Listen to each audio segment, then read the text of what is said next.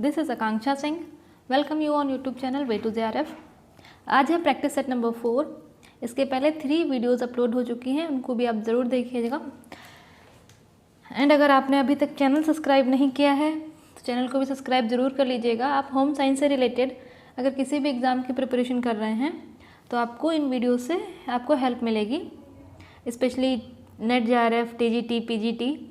And अगर video आपको अच्छी लगती है तो लाइक एंड शेयर ज़रूर कर दीजिएगा एंड चैनल को भी सब्सक्राइब ज़रूर कर लीजिए। ये कुछ सोशल मीडिया हैंडल्स हैं।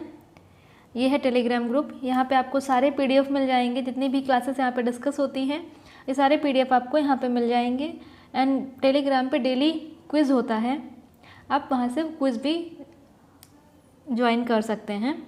एंड ये फेसबुक पेज है, यहाँ पे भी आपको सारे वीडियोस के लिंक मिल जाएंगे। एंड टेलीग्राम ग्रुप का जो लिंक है वो आपको डिस्क्रिप्शन बॉक्स में भी मिल जाएगा, तो आप वहाँ से भी टेलीग्राम ग्रुप को जो है ज्वाइन कर सकते हैं। सो पहला क्वेश्चन है असर्शन एंड रीज़न।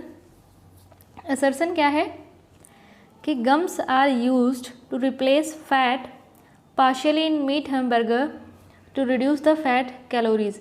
गम्स का मतलब यहाँ पे ये है गोंद, जो गोंद यूज़ किया जाता है तो उसको जो हैमबर्गर बनाते हैं उसमें मीट की जगह पे ये गोंद को या गम को यूज़ करते हैं। इसका क्या बताया गया है कि जो पार्शियली फ़ैट को और फैट की वजह से जो कैलोरी होती है, कैलोरी को कम करने के लिए यूज़ किया जाता है। इसका रीज़न क्या दिया है, gums are not fat substitute. जो ये गोंद यूज़ किया जा रहा है, जो गम यूज़ किया जा रहा है, ये फैट सब्सटीट्यूट नहीं है। But their hydrophilic properties allow them to hold water and keep food moist and soft. तो असर्शन भी इसका सही है कि ये फ़ैट के सब्सटीट्यूट में यूज़ किया जाता है, बट ये फ़ैट का सब्सटीट्यूट नहीं है और ये मॉइस्चर को एब्जॉर्ब करके रखता है। इसकी वजह से जो फूड है वो मॉइस्ट और सॉफ्ट रहता है। तो इसका ऑप्शन नंबर जो ए है ये सही हो जाएगा। असर्शन और रीज़न दोनों सही हैं और जो रीज़न है ये असर्शन को प्रॉपरली अच्छे से एक्सप्लेन भी करता है। नेक्स्ट क्वेश्चन है disease of teeth is known as. Disease of teeth, दांत की जो डिजीज़ है, दांत का जो रोग है उसको क्या कहते हैं, तो उसको कहते हैं पायरिया। 2 ऑप्शन और हैं ऑस्ट्रोमलेशिया एंड रिकेट्स। तो ये आपको पता होगा कि ऑस्ट्रोमलेशिया और रिकेट्स दोनों विटामिन D की डेफिशिएंसी से होता है, बट एक एडल्ट्स में होता है, एक चिल्ड्रन में होता है। तो आपको ये बताना है ऑस्ट्रोमलेशिया और रिकेट्स दोनों में से ये बच्चों में कौन सा डिजीज़ होती है, विटामिन D की डिफिशियंसी से जो डिजीज़ होती है वो बच्चों में कौन सी होती है, ऑस्ट्रोमलेशिया होता है या रिकेट्स होता है। अगर हम टीथ की डिजीज़ की बात करें तो वो होता है पायरिया। नेक्स्ट क्वेश्चन आता है act as a precursor of niacin. Niacin के प्रिकर्सर की तरह काम करता है, तो वो क्या है, वो है ट्रिप्टोफैन। अगर डाइट में आप ट्रिप्टोफैन प्रॉपरली डाइट में जा रहा है तो ये बॉडी में जाके नियासिन में कन्वर्ट हो जाएगा या ये नियासिन की तरह भी काम करेगा। तो नियासिन का प्रिकर्सर क्या है, ट्रिप्टोफैन। नेक्स्ट क्वेश्चन आता है the most common adulterant in turmeric is. हल्दी में, टर्मरिक में सबसे ज़्यादा क्या मिलाया जाता है, कॉमन एडल्ट्रेट क्या है कि हल्दी में अगर कुछ मिलावट करनी है तो उसमें क्या मिलाते हैं, yellow powder, metanil yellow, yellow dye, none of these. अगर हम बात करें हल्दी की तो हल्दी में जो कॉमन एडल्ट्रेंट है या जो आम मिलावट है जो हल्दी में मिलावट के लिए यूज़ किया जाता है वो होता है मेटानिल येलो। और मेटानिल येलो को अगर आपने सुना होगा ग्राम फ्लोर, बेसन में भी इसकी मिलावट करते हैं। स्पेशली मेटानिल येलो जो है ये टर्मरिक हल्दी में मिलाया जाता है। नेक्स्ट क्वेश्चन है following is an example of water in oil type of emulsion. Emulsion जो है 2 टाइप के होते हैं, एक तो वाटर इन ऑयल, दूसरा होता है ऑयल इन वाटर। तो वाटर इन ऑयल, तो वाटर इन ऑयल का एग्जाम्पल क्या है, वो हो जाएगा बटर। और यहीं पे अगर पूछा होता कि ऑयल इन वाटर तो हो जाता मिल्क। इसको आप ऐसे याद करिए, ये दिया है water in oil means oil में पानी है, तो ऑयल में क्या है, पानी है। ऑयल से हम याद करेंगे कि जो मेन सोर्स है वो है ऑयल। ऑयल मीन्स यहाँ पे हम लिख देंगे बटर। अब वाटर है इन ऑयल में तो मीन्स बटर हो जाएगा। अब यही अगर हम इसको उल्टा करते हैं ऑयल इन वाटर तो मीन्स वाटर जिसमें ऐसा सब्सटेंस जिसमें वाटर ज़्यादा हो ऑयल कम हो तो वो हो जाएगा मिल्क।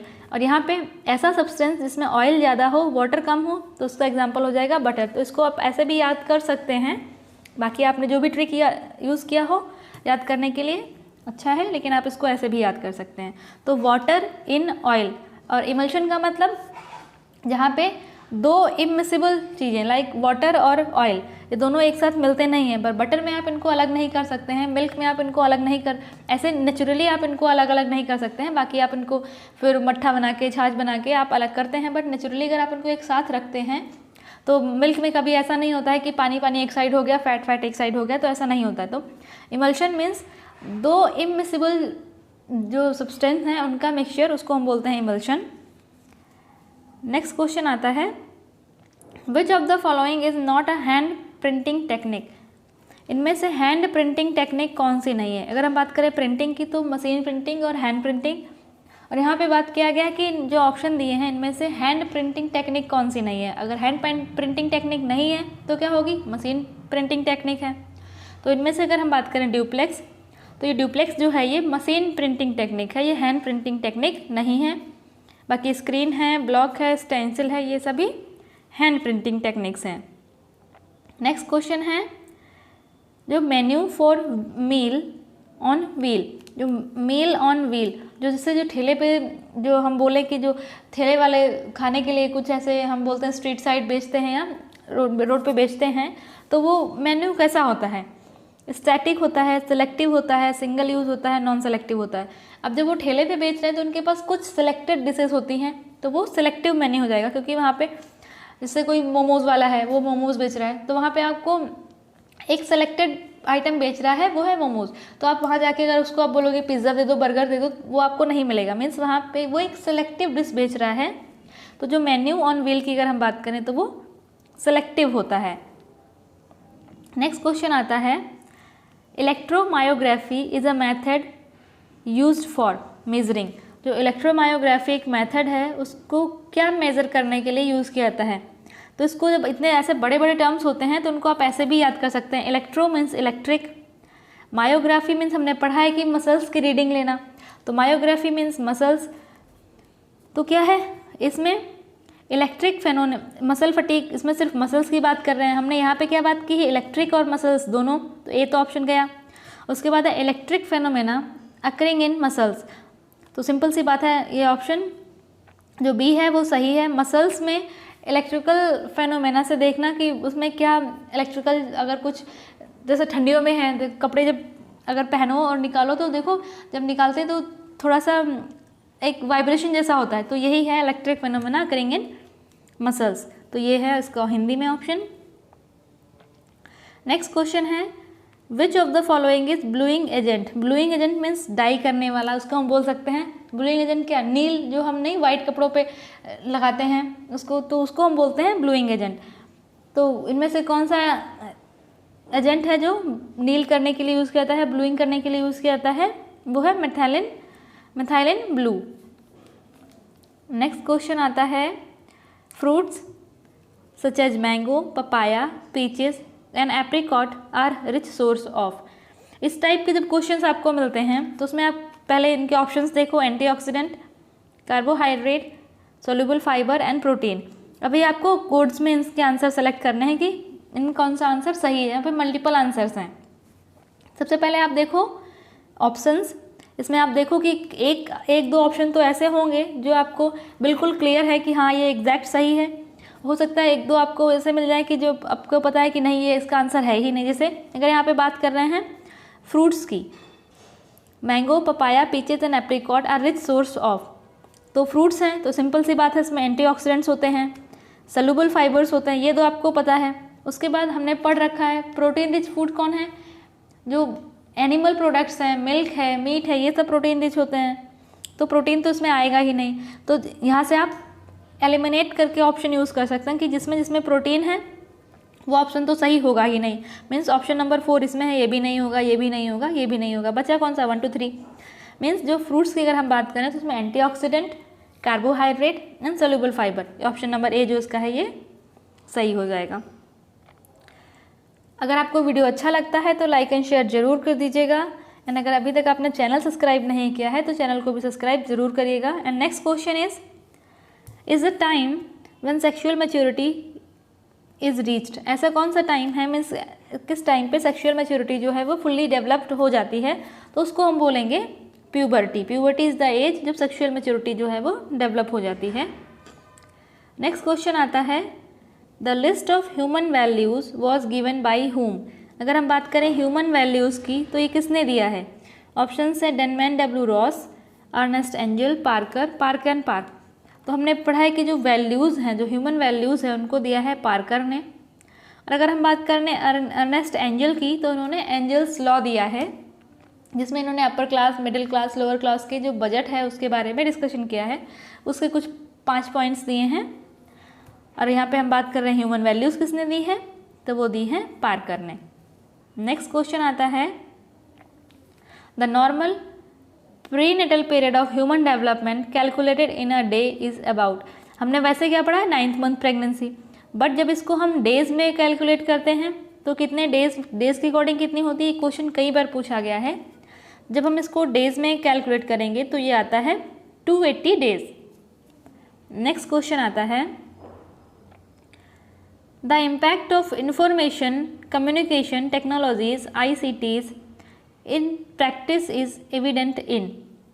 व्यवहार में सूचना संचार प्रौद्योगिकी ICT का प्रभाव स्पष्ट है। तो इसमें ICTs के क्या फैक्टर्स हैं या कौन से फैक्टर्स हैं जो उसको हेल्प कर रहे हैं, ये आपको बताने हैं। ऑप्शंस क्या है, network in society, digital divide, e-commerce, grey point. यहाँ पे हम बात कर रहे हैं ICTs की, means online communication, information and technology की। और ग्रे पॉइंट क्या है, ये इनफॉर्मल कम्युनिकेशन है, इसमें कोई भी टेक्नोलॉजी यूज़ नहीं होती। जो इनफॉर्मल, लाइक हम बोल सकते हैं कि ICTs में ग्रे पॉइंट नहीं आता है। ग्रे पॉइंट सिंपली हम किसको बोलते हैं, इनफॉर्मल कम्युनिकेशन। तो ऑप्शन नंबर 4 तो यहीं से निकल गया। बचा क्या, नेटवर्क इन सोसाइटी। अगर हम बात करेंगे ICTs की तो उसके लिए क्या चाहिए, प्रॉपर नेटवर्क होना चाहिए। डिजिटल डिवाइड मीन्स अगर लोगों के पास डिजिटल प्लेटफॉर्म नहीं है तो लोगों को वो पहुंचाया जाए। ई-कॉमर्स मीन्स ऑनलाइन फैसिलिटीज़ पहुंचाई जाए। तो ये है ICTs का के लिए इम्पैक्ट है इसका। तो ये ऑप्शन नंबर जो बी है ये सही हो जाएगा। नेक्स्ट क्वेश्चन आता है, Maillard reaction takes place in the following cooking procedure. अगर हम बात करें मिलार्ड रिएक्शन की तो इसको लास्ट वाली वीडियो में भी हमने डिस्कस किया था। मिलार्ड रिएक्शन, उसमें क्या ऑप्शंस दिए थे, उसमें दिया था कि cooking sugar with amino acid, यहाँ पे दिया है कुछ और दिया है। इसके ऑप्शंस देखो क्या है, prolong cooking of milk with sugar, prolong cooking of milk with salt, prolong cooking of milk with vegetables या नन ऑफ दिस। तो हमने क्या यहाँ पे डिस्कस किया था, मिलार्ड रिएक्शन का एक बेसिक कॉन्सेप्ट क्या है, ग्लूकोज एमिनो एसिड, या फिर हम बोलेंगे शुगर प्रोटीन। इनका जब रिएक्शन होता है तब क्या होता है, ब्राउनिंग होती है। यहाँ पे हमें शुगर दे रखा है, मिल्क में क्या होता है, प्रोटीन होता है, तो मीन्स यहाँ से इसको एमिनो एसिड मिल जाएंगे। तो ऑप्शन नंबर ए जो है ये सही हो जाएगा कि जब मिल्क को शुगर के साथ लॉन्ग टर्म तक पकाएंगे, देर तक पकाएंगे, तब उसमें मिलार्ड रिएक्शन होगी, उसमें ब्राउन जो कलर है वो आ जाएगा। तो ये हो जाएगा ऑप्शन नंबर ए इसका सही। नेक्स्ट क्वेश्चन आता है क्वेश्चन नंबर 16। क्वेश्चन नंबर 16 क्या है, which of the following is not a plain weave fabric. इनमें से कौन सा प्लेन वीव फैब्रिक नहीं है। तो ऑप्शंस क्या है, पार्सेल, कैलिको, ड्रिल एंड चिंट्स। तो यहाँ पे बात किया कि कौन सा प्लेन वीव फैब्रिक नहीं है, तो जो ड्रिल है ये ट्विल वीव है, ये प्लेन वीव फैब्रिक जो है नहीं है। तो क्वेश्चन आपके दो हैं, एक तो अभी जो फर्स्ट क्वेश्चन में था कि ऑस्ट्रोमलेशिया रिकेट्स, इसमें विटामिन डी की डेफिशिएंसी से होते हैं, बट बच्चों में कौन सा होता है, ऑस्ट्रोमलेशिया होता है या रिकेट्स होता है, ये आपको बताना है कि बच्चों में कौन सा होता है। उसके बाद आया ट्विल वीव। तो ट्विल वीव की मेन कैरेक्टरिस्टिक क्या है, ये दोनों आंसर आपको देने हैं कमेंट सेक्शन में। ट्विल वीव का मेन कैरेक्टरिस्टिक क्या है, और विटामिन डी की डेफिशिएंसी से जो डिजीज़ होती है वो बच्चों में कौन सी डिजीज़ होती है, ये बताना है आपको। नेक्स्ट क्वेश्चन आता है, the protection from sexual offence act, इसको पॉक्सो एक्ट भी बोला गया है। प्रोटेक्शन ऑफ चिल्ड्रन, यहाँ पे प्रोटेक्शन ऑफ चिल्ड्रन थोड़ा सा मिस्टेक हो गया है, मिसप्रिंट हो गया है। Protection of children from sexual offence act, ये कब आया है, तो उसको हम बोलते हैं पॉक्सो एक्ट। तो ये कब आया है, तो ये आया है 2012 में। नेक्स्ट क्वेश्चन आता है, advertising is based on the following function of communication. पहले तो कम्युनिकेशन के अगर फंक्शन की बात करें तो इसके 4 फंक्शन होते हैं। अब वो चारों फंक्शन यहाँ पे आपको दिए हुए हैं, इंस्ट्रक्शन, इन्फॉर्मेशन, इन्फ्लुएंस, इंटीग्रेशन। और अगर हम बात करें एडवर्टीज़मेंट की तो ये कौन से फंक्शन में आता है? एडवर्टीज़मेंट एक फंक्शन का एग्जाम्पल है। तो ये एडवर्टीज़मेंट कौन से फंक्शन में आता है? तो ये आता है इन्फ्लुएंस, क्योंकि अगर हम एडवर्टीज़मेंट की बात करते हैं, जैसे कोई एडवर्टीज़मेंट है, आपने देखा टीवी में ऐड आ रहा है चॉकलेट का, आपने चॉकलेट का जब ऐड देखा तब आप उससे इन्फ्लुएंस हुए। अगर ऐसे आपने मार्केट में चॉकलेट रखी हुई देखी थी, कोई नई ब्रांड की चॉकलेट आई, तो आप उसको इतनी जल्दी उस पर आप नहीं सोचोगे कि इसको लेना है या नहीं लेना है। बट वही अगर टीवी में अच्छे से आपको एडवर्टाइज दे रहे हैं बिल्कुल अच्छे से, तो आप उससे इन्फ्लुएंस हो जाएंगे कि चलो एक बार ट्राई करके देखते हैं। तो एडवर्टीज़मेंट की अगर हम बात करें तो ये इन्फ्लुएंस फंक्शन पे बेस्ड होता है। नेक्स्ट क्वेश्चन मीन्स प्रभावित करता है। अगर आप ऐड देख रहे हैं तो ऐड को देख के आप प्रभावित होते हैं। नेक्स्ट क्वेश्चन है question number 19। A cumulative percentage curve with S shaped figure is called. एक कम्युलेटिव परसेंटेज कर्व बन रहा है, उसमें ऐसे एस शेप फिगर बन रहा है, तो इस एस शेप वाले फिगर को क्या कहते हैं?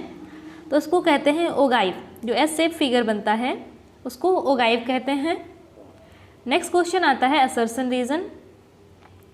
Fibres containing high proportion of amorphous region are markedly prone to crease. यहाँ पे 2 चीज़ होती हैं, एक अमरफस, दूसरा क्रिस्टलाइन। जब फाइबर्स बिल्कुल ऐसे लाइन में बिल्कुल पैक्ड ऐसे अरेंज्ड हैं तो इसको हम बोलेंगे क्रिस्टलाइन।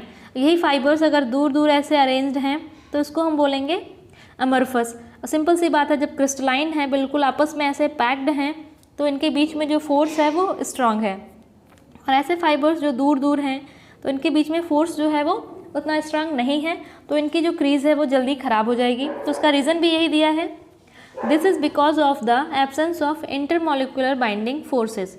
तो इसके असर्शन रीज़न दोनों ऑप्शन दोनों सही हैं, तो both A and R true. तो आपके पास क्वेश्चन कितने हैं? 2। एक तो विटामिन डी की डेफिशिएंसी से बच्चों में जो डिजीज़ होती है वो आपको बताना है, रिकेट्स होता है या ऑस्ट्रोमलेशिया होता है। उसके बाद 12 वीव का मेन कैरेक्टरिस्टिक क्या है? तो ये 2 क्वेश्चन हो गए आपके लिए, तो आपको इनका आंसर बताना है कमेंट सेक्शन में। एंड वीडियो अगर आपको अच्छी लगी है तो अपने फ्रेंड्स के साथ शेयर ज़रूर करिए। एंड अगर अभी तक आपने चैनल सब्सक्राइब नहीं किया है तो चैनल को भी सब्सक्राइब जरूर कर लीजिए। मिलते हैं नेक्स्ट वीडियो में, तब तक के लिए wish you all the very best, good luck, bye.